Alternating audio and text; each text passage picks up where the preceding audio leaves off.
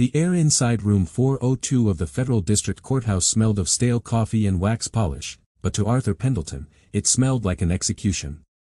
At 72 years old, Arthur sat at the defense table in a suit he had purchased for his daughter's wedding 20 years ago. The fabric was worn thin at the elbows, much like Arthur himself. Across the carpeted aisle sat 3 attorneys from Vanguard National Bank. They didn't look like killers. They wore tailored navy wool, carried Italian leather briefcases, and spoke in the hushed, amused tones of men who knew the outcome before the game even started. "Mr. Pendelton," Judge Harrison began, his voice echoing off the mahogany walls. "The plaintiff has presented a signed, notarized deed of trust dated October 14, 2012. You pledged your family's 300-acre farm as collateral for a commercial loan that is now 18 months in default. Unless you have proof of payment or a valid legal defense, I am required to grant Vanguard National's motion for summary judgment." Arthur didn't flinch. He reached down, opened a battered canvas messenger bag, and pulled out a thick, leather-bound document. It wasn't a standard legal filing. The edges were frayed, the leather cracked, and a heavy brass clasp held the pages tightly together. "Your Honor," Arthur said, his voice quiet, almost frail. "I don't deny signing the loan. I don't deny missing the payments. But Vanguard didn't just buy my debt. They bought the original charter of the land. And according to the terms of the master agreement they forced me to sign, they didn't read the last page." The lead attorney for Vanguard, a man named Marcus Vance, let out a soft, performative chuckle. "Your Honor, this is a stalling tactic. Mr. Pendelton has been served 3 separate notices of foreclosure. The master agreement is a standard 90-page institutional contract. We have reviewed every clause." "You reviewed 90 pages, Mr. Vance," Arthur replied, fixing his pale blue eyes on the lawyer. "You should have read 91. To understand how a retired carpenter ended up standing alone against the largest regional bank in the state, you have to go back 3 years. Arthur's farm wasn't just dirt and timber. It was Pendleton Valley, a stretch of rolling hills that held the headwaters of the county's primary water reservoir. For generations, the Pendletons worked the land, keeping it open, undeveloped, and free. Then came the drought, followed by the inflation crisis, and finally, the medical bills when Arthur's wife, Clara, fell ill. Desperate to keep the farm afloat and pay for Clara's treatments, Arthur applied for an equity loan. Vanguard National stepped in with open arms. They offered a low interest rate, 0 down, and a quick closing process. It seemed like a miracle. But Vanguard didn't want the interest payments. They wanted the dirt. 6 months after Clara passed away, Vanguard quietly bought up the surrounding municipal water rights. They triggered a hidden acceleration clause in Arthur's contract, demanding the full $450,000 balance within 30 days. It was a legal land grab, designed to bankrupt him and seize the valley for a multi-million-dollar commercial reservoir development. When Arthur begged for a loan modification, Marcus Vance sent a cold, 2-line email. "The bank is exercising its contractual rights under Section 14, subsection B, surrender of the property is mandatory." What Vance didn't know was that Arthur's grandfather had been a court clerk in 1934.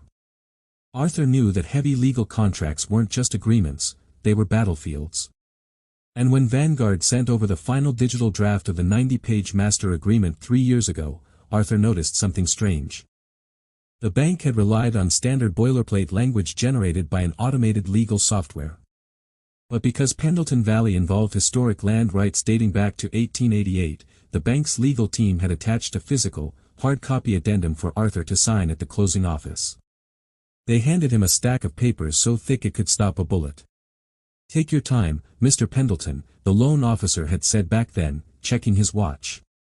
"Or just sign where the yellow sticky notes are." Arthur didn't just sign. He asked for 20 minutes alone in the room with the physical master copy. While the loan officer grabbed a cup of coffee, Arthur took out a fountain pen with dark iron gall ink, the kind that bleeds into the fibers of old parchment paper and cannot be erased without destroying the sheet itself. Now, in the courtroom, Arthur unclasped the leather binder. "Your Honor," Arthur said, stepping toward the bench. "Vanguard National Bank claims ownership under the master agreement executed on November 2nd. They scanned pages 1 through 90 into their digital database. But when the original contract was physically bound and signed, an additional covenant was added, one that was countersigned by Vanguard's former regional vice president right before he retired. Marcus Vance stood up, his smile vanishing. Objection, Your Honor. The bank's official digital record contains no 91st page. Any physical document presented now is unverified. Then why, Arthur asked softly, turning to Vance, did your VP sign it in blue ink on the original physical record resting right here in my hand? Judge Harrison banged his gavel. Mr. Vance, sit down. Mr. Pendleton, bring that binder to the bench. Judge Harrison adjusted his reading glasses as Arthur placed the heavy binder onto the bench. The courtroom fell dead silent, save for the hum of the overhead air conditioner. Marcus Vance stepped forward, his leather shoes squeaking against the polished floor, his composure rapidly fracturing into visible panic. Your Honor, this is highly irregular, Vance insisted, his voice tightening. Corporate loan agreements are governed by the digital files stored in our secure database. Whatever scrap of paper Mr. Pendleton has attached to that binder cannot override a recorded mortgage. Quiet, counsel, Judge Harrison snapped, waving his hand for silence. He turned to the 91st page. The paper was thicker than the rest, heavy cream cardstock that contrasted sharply with the standard white paper of the preceding contract. At the bottom, clear as day, was the bold blue ink signature of Thomas Wright, Vanguard's retired vice president, next to Arthur's own neat cursive. Let the record reflect, Judge Harrison read aloud, his eyes scanning the crisp text, that Section 91, titled Covenant of Historical Perpetuity, contains a binding rider executed simultaneously with the core agreement. It states, in the event that the lender initiates forced foreclosure on the designated parcel known as Pendleton Valley, the lender agrees to assume all historical liabilities, encumbrances, and municipal maintenance debts associated with the land's original 1888 charter prior to taking legal title. Vance scoffed, regaining a sliver of his arrogant posture. So what? The bank has billions in assets, Your Honor. Whatever minor municipal back taxes or maintenance fees exist from a century ago, Vanguard will gladly pay them. The foreclosure stands. Read the subclause, Mr. Vance, Arthur said, his voice ringing with a newfound, unwavering strength. Judge Harrison leaned closer to the page, his brows furrowing deep into a frown. Subclause B, the judge read slowly. Under the County Water Works Act of 1888, the holder of the Pendleton Valley Charter assumes sole financial responsibility for the structural integrity and environmental remediation of the Blackwood Dam, including all accrued civil negligence penalties owed to the State Water Board. Vance froze. The color drained from his face so fast he looked as if he might faint. The Blackwood Dam sat 3 miles upstream from Arthur's property. Built over a century ago, it was a crumbling concrete monolith that the State Water Board had condemned 6 months prior, issuing a mandatory $180 million structural overhaul order to whoever owned the underlying historical charter. For decades, the ownership of that charter had been obscured in county land archives, until Arthur's grandfather uncovered that the original farm title was legally bound to the dam's maintenance debt. Arthur hadn't slipped a trick clause into the contract.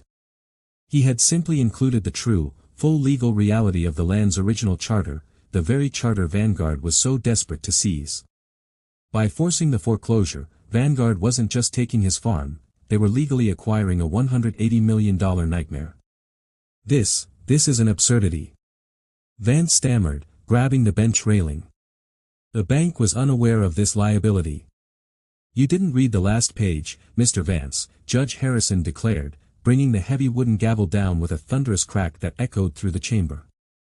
The rider is signed, notarized, and legally binding. Plaintiff's motion for summary judgment is denied. Furthermore, by initiating title transfer today, Vanguard National Bank has formally triggered the assumption of the 1888 charter. The bank's legal team stood motionless in horror. In their ruthless rush to steal a $400,000 piece of land to build a corporate reservoir, they had walked headfirst into an ironclad trap that would cost their institution nearly $200 million. Vance collapsed back into his chair, his head in his hands, staring at the floor in total defeat. Arthur didn't celebrate. He didn't smile, nor did he boast. He quietly stepped forward, retrieved his leather-bound binder from the judge's bench, and tucked it back inside his worn canvas messenger bag. He adjusted his collar, turned his back on the three shell-shocked attorneys, and walked slowly out of the courtroom into the bright afternoon sun. He drove his rusty pickup truck back to the valley, pulling up the long gravel driveway to the porch where he and Clara used to sit every evening watching the sun dip below the ridge. The wind whistled through the high oak trees, whispering through the quiet, unbroken land that was now forever safe from bulldozers and concrete. Arthur sat down on the porch swing, resting his calloused hands on his knees. He looked out over the rolling green hills, pulled a small silver-framed photograph of Clara from his pocket, and traced her smile with his thumb. "They tried to take our home, Clara," he whispered into the soft breeze. "But I made sure we wrote the ending."